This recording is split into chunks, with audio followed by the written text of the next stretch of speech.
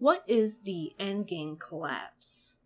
But before getting into it, I need to give a shout out to Afterlight MC, Toddy Bacon Jr., enter a profile name, and Let You Be Right for helping to make this video possible. I wouldn't have been able to get some of this footage without their assistance. So, thank you very much. Now, what is the Endgame Collapse? Well, the Endgame Collapse occurs at the end of the game, as the name suggests. The Endgame Collapse is triggered whenever an exit gate is opened, or if the hatch is closed. A 2-minute timer will then appear on the top of your screen to indicate that the Endgame Collapse has started. All generators will be blocked by the entity, and the ground will also have these red lines appear on it that glow more intensely as the timer approaches 0.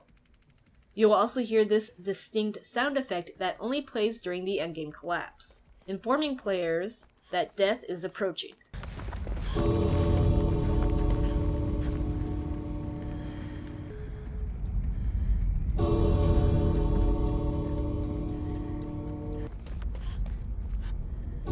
This 2-minute timer indicates how long the survivors have to leave the trial until they die.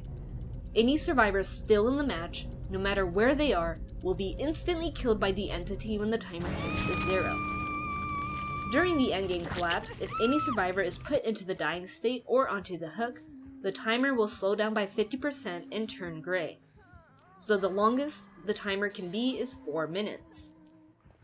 The second a survivor is healed to injured from the dying state or unhooked, the timer will resume its normal pace.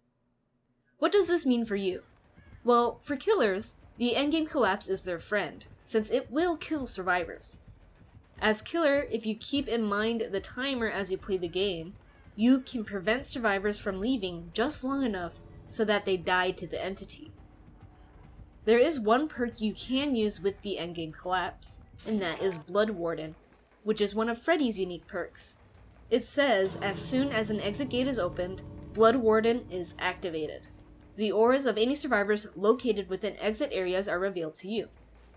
Once per match, hooking a survivor while Blood Warden is active calls upon the entity to block both exits for all survivors for 30, 40, or 60 seconds.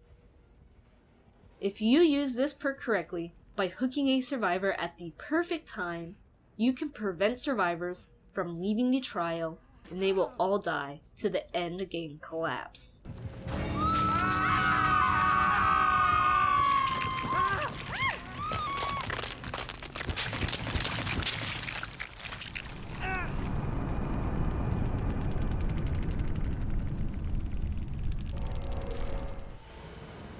Now for the survivor side of things. I highly recommend you never open the exit gates immediately during a trial. Doing so could mean death for another survivor on your team, as the 2 minutes can go by really fast in Dead by Daylight.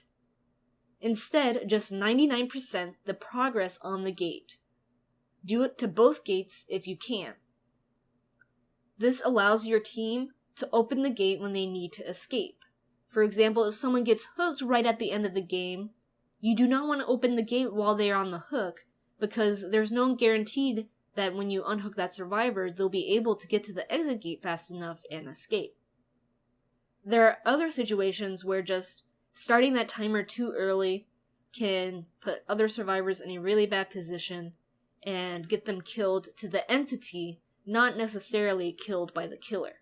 So it is important to 99% these gates and only open them when you can ensure everyone's safety, since this will allow everybody to get out without dying to the Endgame Collapse or the killer.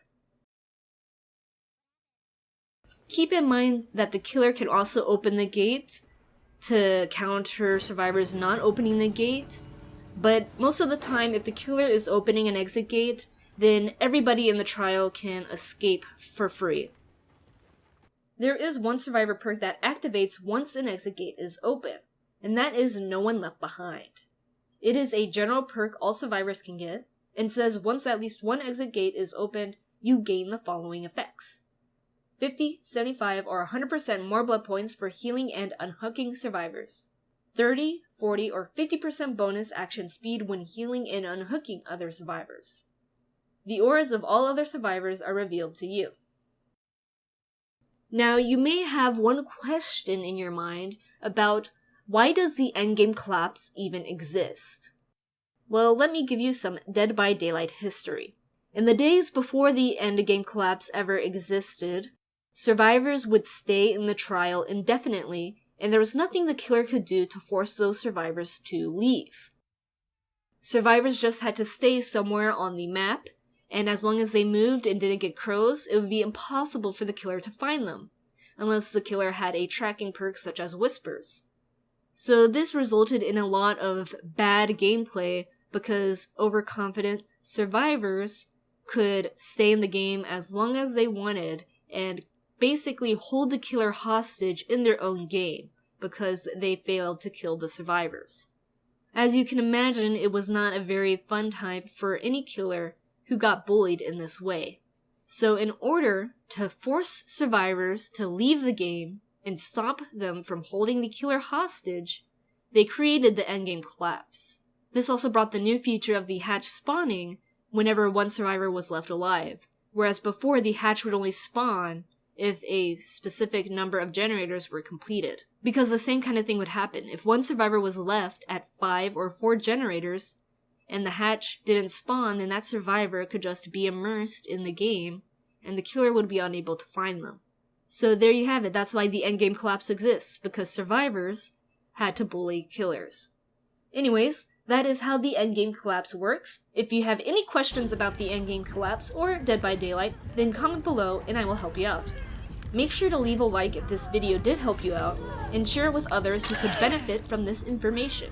If you want to know more about Dead by Daylight, such as what all these status effects are, or the survivors' unique perks, then check out my playlist going over those topics, which I will link at the end of the video and in the top right corner. Make sure you subscribe for more Dead by Daylight content, and if you want to support the channel even more, then hit that join button. Thank you very much for watching, and as always, good luck out there in the fog, and see ya next time.